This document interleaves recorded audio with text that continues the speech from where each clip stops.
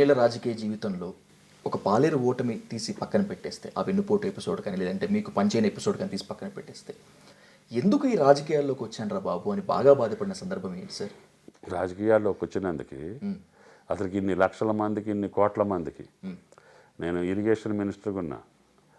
ఆనాడు mind irrigation అయినా కూడా ఇందిరాగాంధీ, ఎన్టీ రామారావు, ఎంజీఆర్ శంకుస్థాపన చేసే తెలుగు గంగలో నా భాగస్వామ్యం ఉంది. ఎస్ఎల్బీసీలో ఉంది, ఎస్ఆర్బీసీలో ఉంది, అట్లాగే ఎస్ఆర్ఎస్బి సెకండ్ స్టేజ్లో ఉంది.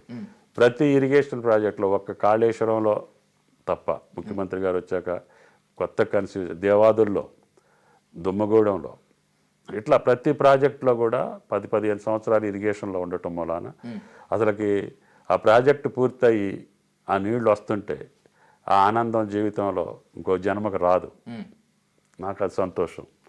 తర్వాత నాకు ఆటోమేటిక్గా మళ్ళీ వర్క్స్ డిపార్ట్మెంట్ ఇచ్చారు. అది గోదావరి బ్రిడ్జిలు, కృష్ణానది మీద, ఆలేరు మీద, ఎన్ని నదులు ఉన్నాయో అన్ని నదుల మీద బ్రిడ్జిలు కట్టే అవకాశం వచ్చింది.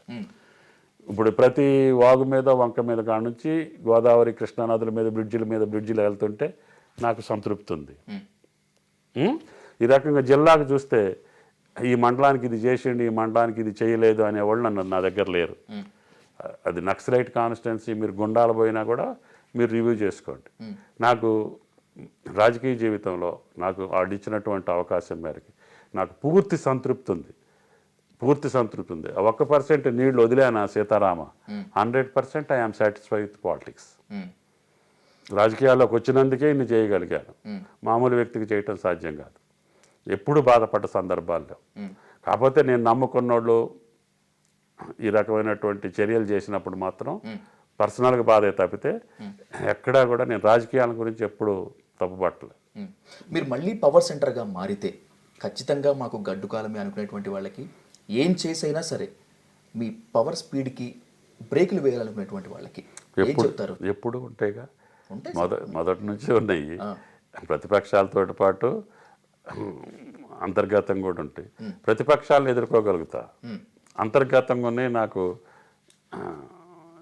ఎజంప్షన్ చేయటంలో కొంత మనోళ్లే కదా ఎట్లా చేస్తారనే ఒక విశ్వాసం, అతి విశ్వాసంతో కొన్ని నష్టపోయిన సందర్భాలు ఉన్నాయి.